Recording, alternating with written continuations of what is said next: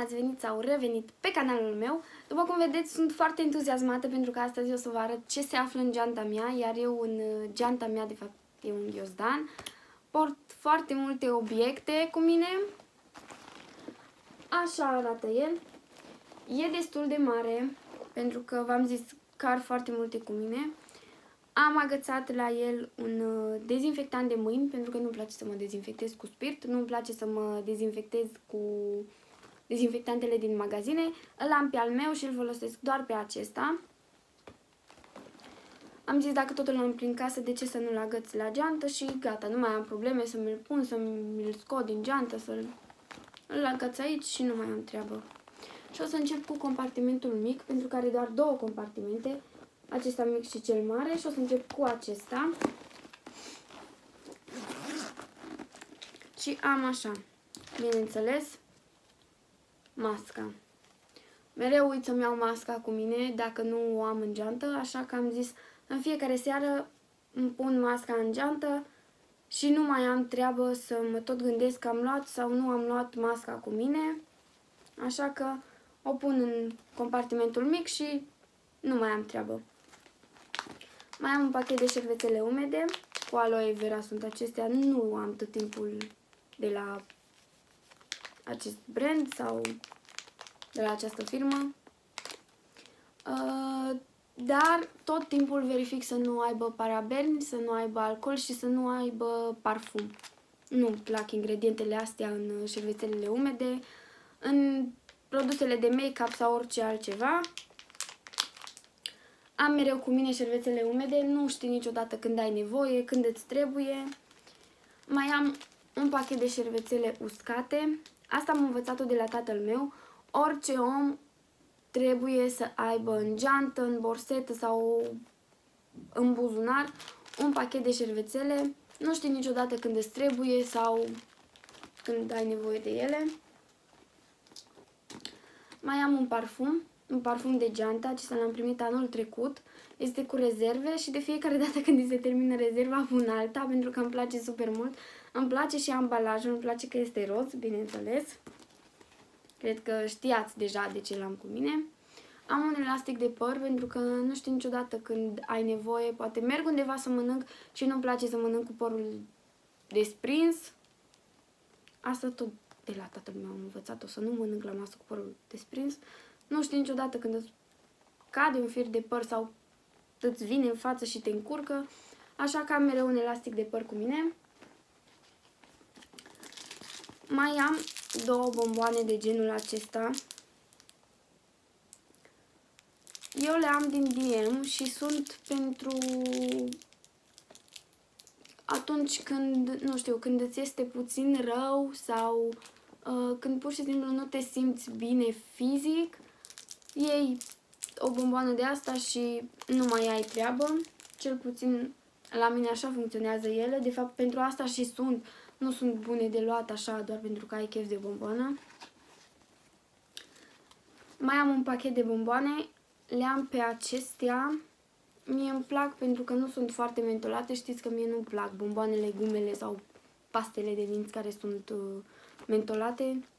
Nu sunt pentru mine. Și asta, ca și celelalte, le-am învățat tot de la tatăl meu. Mereu are în mașină gumă. Dacă nu are gumă, are bomboane, cu siguranță, și pot să bag mâna în foc, că dacă nu am la mine, deși nu se prea întâmplă, dacă nu am la mine, cu siguranță găsesc la el în borsetă sau în mașină. Pot să bag mâna în foc. Sunt 100% sigură. Mereu găseam și mereu găsesc. Mai am un balsam de buze cu SPF 15. Îl am pe acesta pentru că e practic. Mai am și de la Oriflame, doar că acelea sunt, trebuie să îți bagi tu degetul în sticluța aceea și nu e chiar plăcut pentru mine, pentru că stând mult pe afară nu e igienic.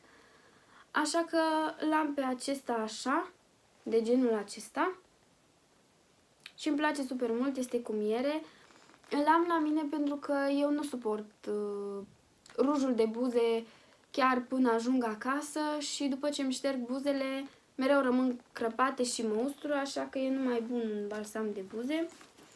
Și am golit, o să trec la compartimentul mare. Are sistemul acesta de prindere, care pe mine, sincer, nu mă prea încântă. Mi-ar fi plăcut mai mult să aibă un fermoar. Dar așa l-am găsit, așa l-am luat. Și o să încep cu portofelul meu. Așa arată el. Îmi place super mult, am aici tot felul de hârțogării, de poze cu tatăl meu, cu bunicul meu, cărți de vizită și carduri. Card de sănătate, card de fidelitate, prostii de astea. Am și medicamente pe aici pentru dureri de cap. Aveam o perioadă în care mă durea super rău capul, care s-a dovedit a fi de la ochelari. Bineînțeles, trebuia să-mi schimb ochelarii. I-am schimbat între timp, puteți să stați liniștiți. Mai am o perie de păr roz, bineînțeles. Aceasta am luat-o doar de câteva zile pentru că mi-am dat seama că am nevoie de o perie de păr pentru a-mi peria părul, pentru că părul meu se încălcește destul de repede. Dacă mi l-aș peria doar dimineața și seara, ar fi un calvar, pentru că se încălcește super repede și se încălcește așa ca la păpușile Barbie. Și atunci mi-l periez de 3-4 ori pe zi. L-am luat cu modelul acesta de unicorn, pentru că mi-a plăcut super mult. Și pe tricou am tot un unicorn, bineînțeles. Mi-a plăcut modelul acesta super mult și nu a fost cine știe cât sau cine știe ce preț la el. Nu, a fost un preț destul de decent la cât este de drăguț. Și îmi place pentru că perii aceștia nu smulg părul și nu-l rup atunci când te periezi cu ei. Mai am aici un porfard. Eu l-am din Kik. Mi-a plăcut așa de mult, nu puteam să-l las acolo. Eu aveam înainte altul mai micuț, doar că nu mă încăpeau acolo toate medicamentele și toate măgările. Și în el am așa chestii pentru fete. Dacă sunteți fete, știți ce este asta și ce se care în el. Mai am niște bomboane de acestea pentru gât. Am mereu cu mine de când am făcut laringită. N-am mai putut vorbi o săptămână. A fost foarte crunt. Mai am genul ăsta de bomboane. Acestea sunt ca și astea, doar că sunt în alt ambalaj. Sunt pentru același lucru, pentru atunci când îți este rău.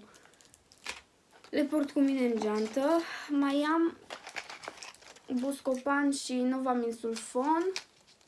Așa sunt ele.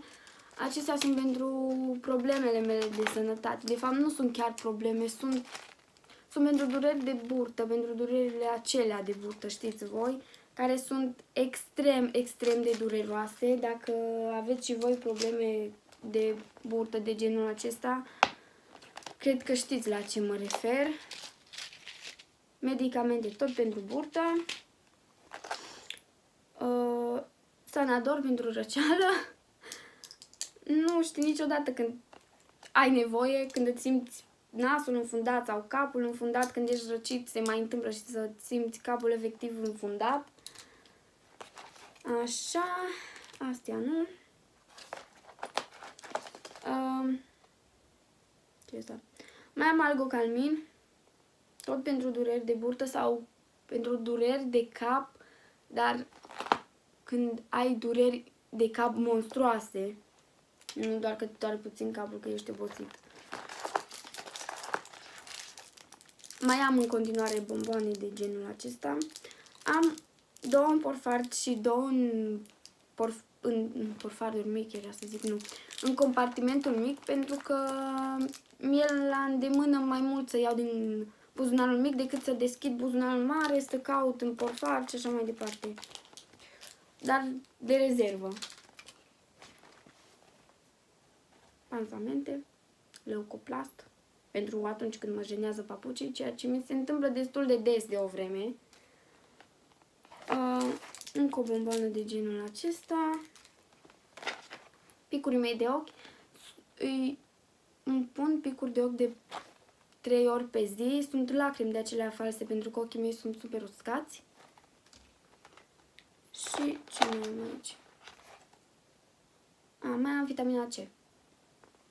Aveam și de altfel, doar că nu mai am, trebuie să merg să-mi cumpăr. Și cam asta s-a aflat în portofoliul meu. Îl am mereu cu mine, ori de câte ori îmi schimb geanta, îl pun și pe el, pentru că am nevoie de el și de tot ce se află în el, pentru că nu știu niciodată când te ia o durere de burtă, când te ia o durere de cap, când îți este rău sau când pur și simplu ai nevoie de ceva din el. Mai am agenda mea pentru programările de unghii sau de make-up. Mi-am făcut-o la comandă, așa arată ea. Îmi place super mult.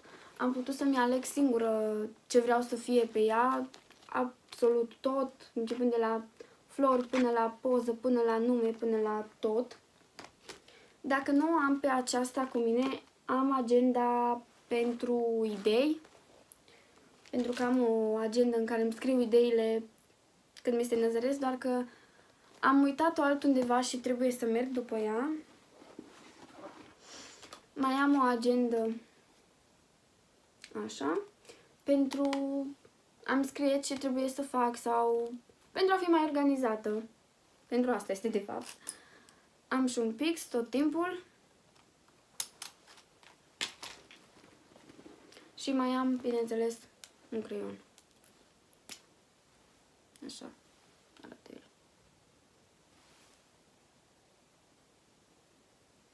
Cu Minnie Mouse.